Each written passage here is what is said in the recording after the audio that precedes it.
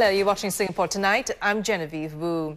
The Singapore government has accepted 17 out of 26 recommendations made by the Advisory Council on the impact of New Media Society, or AIMS. Among them, the phased liberalisation of the Films Act, which means certain political films could be screened in Singapore for the first time. Valerie Tan with more. Films about politicians will be allowed only if they are objective and do not present a distorted picture.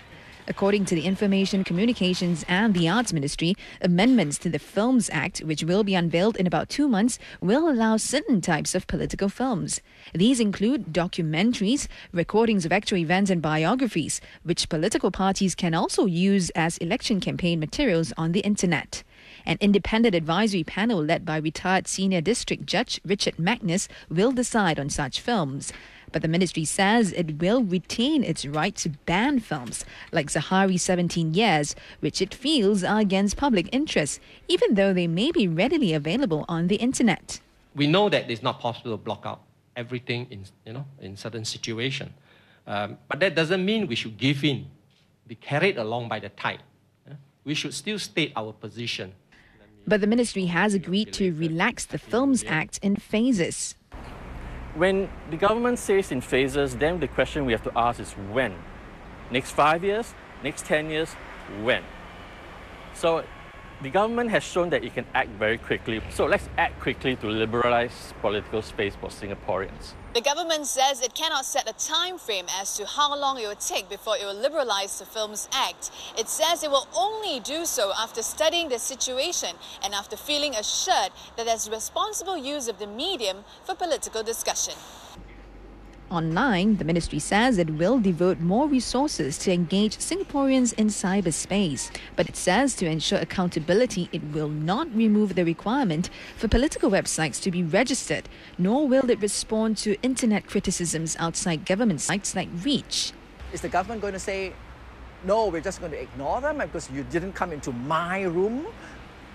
The government has to find ways of addressing some of the issues that are raised in other parts of the internet. It could be in a form, of statement within Reach itself.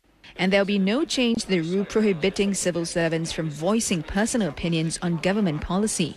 The ministry says allowing them to do so will compromise trust within the civil service.